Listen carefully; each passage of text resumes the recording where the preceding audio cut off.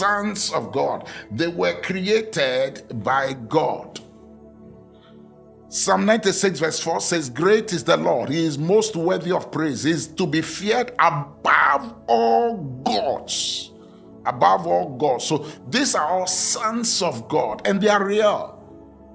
They are more powerful than us. The nations were given to them, and they are the cause of all these problems in the world, because we have loyal gods and disloyal gods. I know your mind is doing you some way, but if we don't get this background, unfortunately, in the days of social media, in the days when people think that they understand, and then they can attack Jesus Christ as the only begotten Son of God, and they come from various angles, and many Christians, because we have not been discipled, we do not understand. Psalm 97 verse 7 and 9, those who worship idols are disgraced, all who brag about their worthless gods, for every god must bow to him. If it's a statue, if it is wood, then it can bow. But it's a god, and this god in the Hebrew is Elohim, and the Elohim is what? Is also a being. So when Jesus is saying, the scripture that came says, you are the sons of God, you are God, then he said, I'm the son of God, but I know the difference. Maybe let me jump ahead a little bit, it will relax you. Now, when Jesus Christ went to places, when he is in Israel, they called him as what? Thou Jesus. They call him just Jesus. They call him Jesus. But the demons, when he went out of Israel, anytime at all they refer to us before the time. Have you come to judge us before the time? And they call him Son of God. Now, why this term Son of God? Is to just clarify that Jesus, as the only begotten Son, uncreated, wanted them to have an understanding that there are gods. These gods are called sons of God. These gods are called Elohim. And the Elohim is just a term. It's just like saying studio engineer. It could be male or female. And so when the Bible says Jesus is the only begotten Son of God, it means there are other words, sons of God, but these sons of God are created, but the only begotten Son of God is uncreated. And he's different, but he's putting himself to that context to let you know that there are realms. There are other dimensions, and we are tracking for the whole week.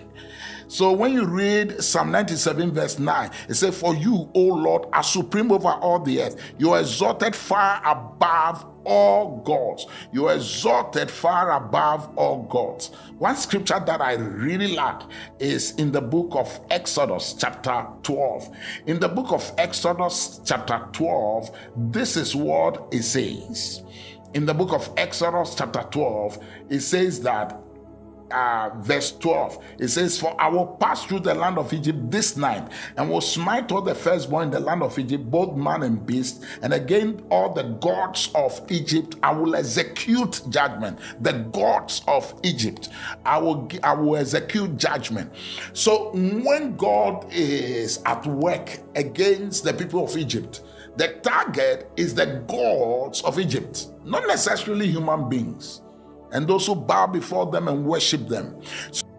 Now, the Apostle Paul, in coming from the Old Testament mindset, began to explain and said, we wrestle not against flesh and blood, but against principalities. You look at it, principalities, against powers, against thrones, against dominion. He's talking about what? Geographical. All the words he's using, principalities, principal. Then he's talking about thrones. So he's talking about what? He's talking about geographical coverage. And so these gods, the book of Psalm 82, you realize that Jesus Christ, Psalm 82, that Jesus quoted in John chapter 10, and he said, ye are gods, but you will die like men, and said, arise, O God. Arise, O God means that rise from the dead. when Jesus died, arise and do what? And execute judgment. So actually, when we say Jesus is the only begotten Son of God, we are telling the other gods that as for them, they were created, and Jesus is uncreated. I'm sharing these things because I believe that many believers do not really get it. We don't get it that, because of years of church tradition, we have been far removed. And then we filter, because a man of God, a pastor, he filters the Bible. And so sometimes there are things which is too scary for him, so he filters it. But when we say Jesus is the only begotten Son of God, begotten, which means that uncreated, unique. Abraham had more than one son, am I right? He had Ishmael. And he had who? He had Isaac. But God, what did God say? He said, sacrifice to me your only what? Your begotten son. He said, your son whom thou lovest, unique. 6 verse 2 says, give thanks to the God of gods. His faithful love endures. Give thanks to the God of gods. So these gods were gods. So Jesus is no one, they said him. In fact, it is him. In fact, it is our. It's the only begotten Son of God. It's the only begotten Son of God. There are other sons of God, and some of them of God. There are other sons of God, and some of them that are disloyal are the cause of our problems. Share the link. I know today we have stepped a little bit. People are saying angels have wings. They don't have wings. It is cherubim and seraphim that have wings. Angels don't have wings. And I'm going to be saying more things because now we are stepping up in reading our Bible again. Share the link and share the link. If you have any questions, write it down because the fire is going to get more fiery. The Lord bless you. And don't forget that men always ought to pray and never to faint.